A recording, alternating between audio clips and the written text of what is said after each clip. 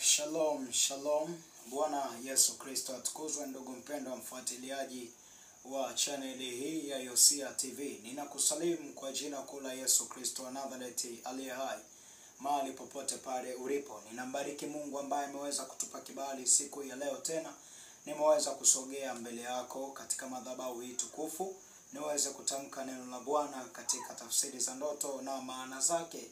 Mahali popote pale ulipo, kuna hizi ndoto ambazo zimekuwa zikiwatesa wapendwa wengi ambao wameokoka lakini hawajui nini maana yake. Na ndoto hii au changamoto hii ilimpata mpaka mfalme Sauli. Ndoto hii ni pale ambapo nakuta umelala usiku, ukaona unawasiliana na babako wa kiroho, hizo unampigia simu, ukaona unaongea naye katika simu, ukaona unampigia babako wa kiroho alafu unaambiwa namba unayopiga haipatikani. Ni kwenye ndoto. Unaona kabisa hapa nahitaji msaada babangu wa kiroho, au nahitaji maelekezo kutoka kwa baba wa kiroho, lakini kwa namna ya ajabu ukashangaa unajaribu kumtafuta babako wa kiroho kwa njia ya simu. Katika ndoto unashangaa namba yake huipati, au unaitafuta namba kwenye simu yako unashangaa namba haionekani. Na ni kwenye ndoto. Unajiuliza hii ndoto ni ya namna gani?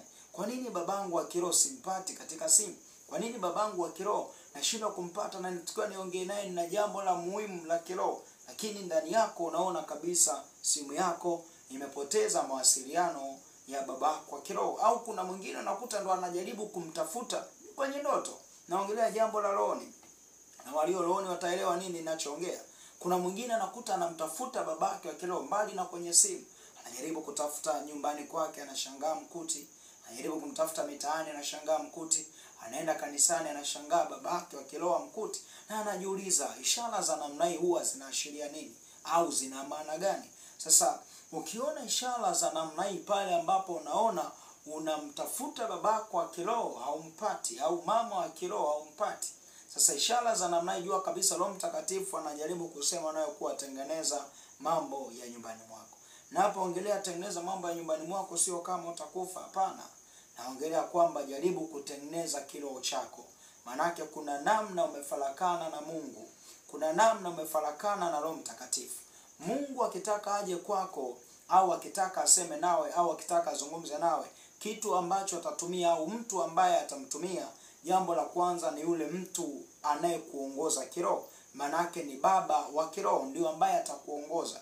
Ndiye ambaye Mungu atamtumia, atakutokea kupitia sura yake, atakutokea kupitia sauti yake. Hata Samuel alivyokuwa mdogo, alipoanza kuitwa na Bwana kuandaliwa katika wito wake, Mungu akudharau wito wa babake Eli. Alichokifanya Mungu alipokuwa anamuita Samuel, alimuita kupitia sauti ya babake wa kiroho.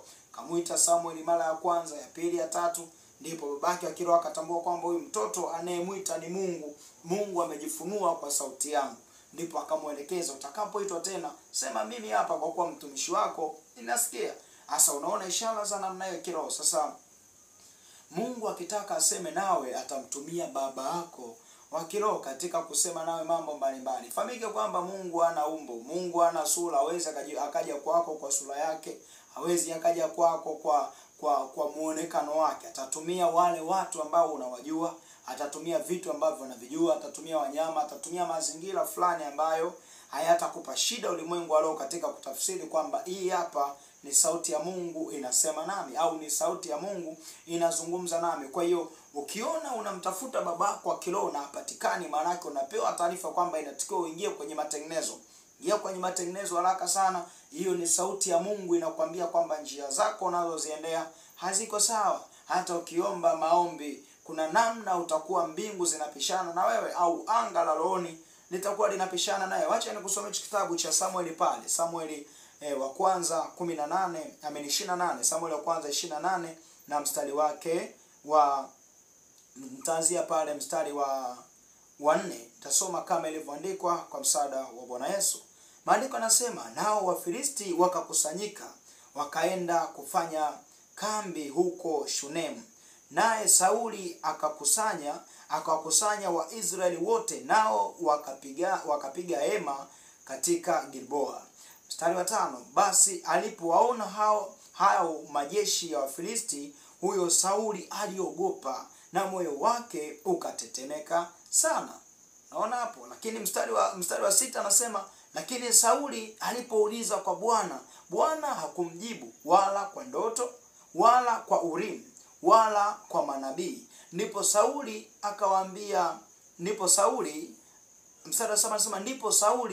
akawaambia watumishi wake, nitafutieni mwanamke mwenye pepo wa utambuzi nipate kumwendea na kuuliza kwake. Watumishi wake wakamwambia, tazama yuko mwanamke mwenye pepo wa utambuzi huko Endori. Asa hizi ni habari za Sauli. Sauli alipokuwa anajaribu kumtafuta Bwana. Hapo mwanzo ifahamike kwamba sauti ya Mungu ilikuwa imebebwa na nabii Samuel. Samuel alikuwa anampa maelekezo mengi ya kimungu Sauli. Sauli alikuwa ana haja ya kufunga, alikuwa ana haja ya kutumia njia ndefu sana kwa ajili ya kuonana na Bwana. Alihitaji ampate nabii au baba wa kiroho ili aweze kupokea maagizo ya kimungu.